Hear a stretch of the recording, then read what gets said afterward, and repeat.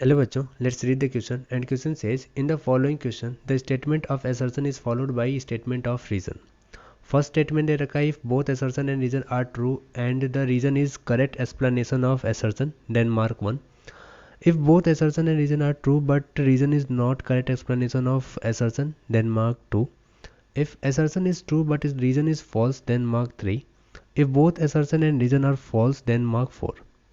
Assertion is saying that assertion कह रहा है कि lower aliphatic amines are soluble in water. Second, reason कह रहा है कि lower aliphatic amines are gases. Okay, so let's start it with key concept. देखते हैं की कॉन्सेप्ट क्या कहता है. अगर हम बात करें की कॉन्सेप्ट की तो कॉन्सेप्ट कहता है कि देखिए एमीन्स या हम बात करें lower aliphatic amines are soluble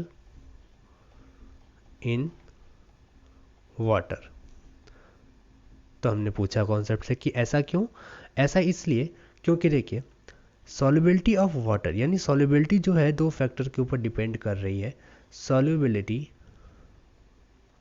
is directly proportional to intermolecular hydrogen bonding और दूसरा it is inversely proportional to the size of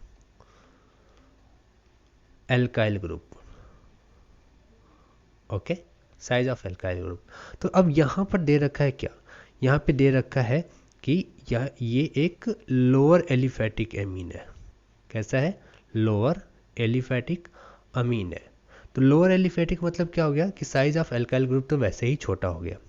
और अगर हम बात करें इंटरमोलिकुलर हाइड्रोजन बॉन्डिंग की तो ये रहा RNH2. ओके, तो ये इस तरीके से हाइड्रोजन बॉन्डिंग से जुड़ गया HNHR कुछ इस तरीके से. तो यहाँ पर हाइड्रोजन बॉन्डिंग बना दो मॉलिक्यूल्स के बीच में, तो इंटरमोलिकुलर हाइड्रोजन बॉन्डिंग हो गया. और साथ ही साथ आर यानी एल्काइल ग्रुप छोटा है, साइज उसका छोटा है, लोअर एलिफैटिक है, तो यहाँ पर इनवर्सली प्रोपोर्शनल था तो इसकी सॉल्युबिलिटी भी बढ़ गई. यानी दोनों ही फैक्टर सॉल्युबिलिटी को बढ़ा रहे हैं, इसलिए lower aliphatic amines are soluble in water. पहली बात तो क्लियर हो गई. दूसरी बात ये है कि देखिए रीजन क्या कह रहा है. रीजन कह रहा है lower aliphatic amines are gases. अब lower aliphatic amines are gases, तो देखिए तीन फेज होते हैं, solid, liquid and gas. Okay, तो सॉलिड में क्या होता है, सॉलिड में इंटरमोलिकुलर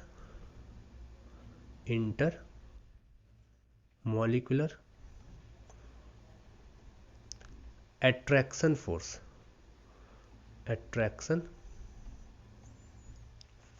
ज़्यादा होता है. अट्रैक्शन फोर्स ज़्यादा होता है तीनों के मुकाबले. तो इसलिए क्या होता है कि जैसे जैसे आर की साइज बिग होती जाती है, आर की साइज बिगर होती जाती है, वैसे वैसे क्या होता है कि वंडरवॉल फोर्स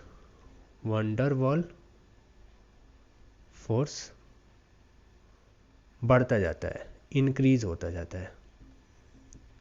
ओके, तो आर की साइज बिगर होती जाती है, इसका मतलब क्या कि वो लोअर एलिफैटिक एमीन्स तो होंगे नहीं, बिगर एलिफैटिक एमीन्स होंगे.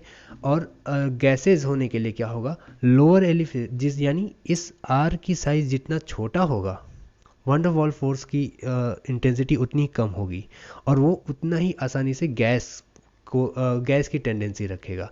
तो इसका मतलब क्या हो गया कि लोअर एलिफैटिक अमीन्स गैस होते हैं, साथ ही lower aliphatic amines are soluble in water.